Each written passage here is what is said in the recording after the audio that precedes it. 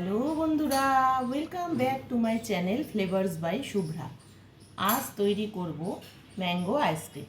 Mango আইসক্রিমটা তৈরি করার জন্য এখানে আমি দুধ জাল করে নিয়েছি খেজুর, এখানে আমের পাল্পটা বের করে নিয়েছি, একটু কাজু আর চিনেবাদাম ভিজিয়ে রেখেছি, এখানে কাজু আর আমন্ডের কুচি নিয়েছি, আর 4টে গ্লাস নিয়েছি। দুধ বসিয়ে দুধটাকে একটু ঘন করে প্রথমে জাল করে নিতে হবে।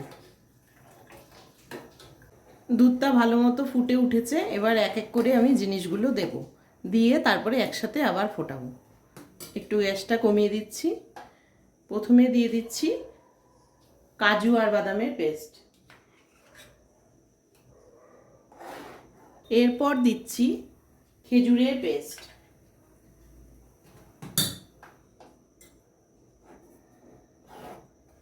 পেস্টগুলো দিয়ে কিন্তু ভালো করে নাড়তে হবে, নালে দলা লেগে যাবে, যেহেতু বাদাম আছে।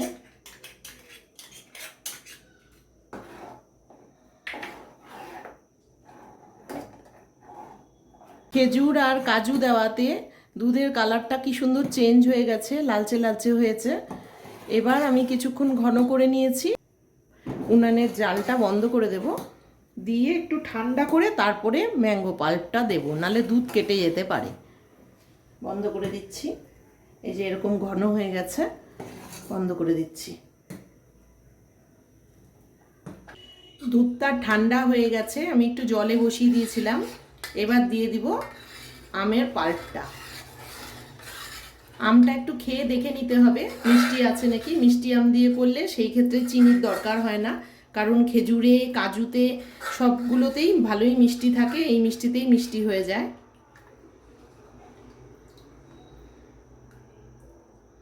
এবার আমি আমটা দিয়ে দিচ্ছি।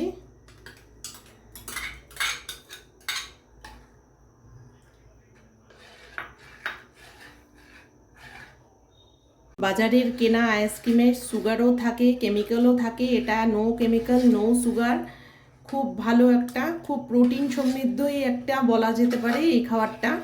গরমের দিনে দারুণ হয়, তোমরা একবার করে দেখো। এবার আমি এগুলো সব গ্লাসে উঠিয়ে ডিপে দিয়ে দেব। ওভারনাইট ডিপে রাখলেই জমে যাবে। এবার আমি গার্নিশের জন্য একটু কাজু আর আমন্ডের কুচি দিয়ে দিচ্ছি উপর থেকে। এইভাবে ডিপে রেখে দেবো ওভারনাইট, কালকে সকালে দেখাবো। সব দিয়ে দিলাম। এগুলো মুখে পড়লে খেতে খুব ভালো লাগবে।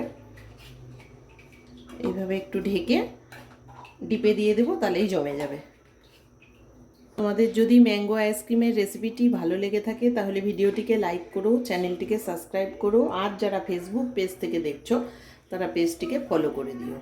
ফিরে আসছি 12 ঘন্টা পর। ওভারনাইট রেখে দিয়েছিলাম, মাঝখানে শুধু গ্লাসগুলো একটু চেঞ্জ করে নিয়েছিলাম, কারণ গ্লাসগুলো ডিপ ফ্রিজে ঢুকছিল না। দেখো কেমন সুন্দর জমে গেছে আইসক্রিমটা, এই যে দেখো।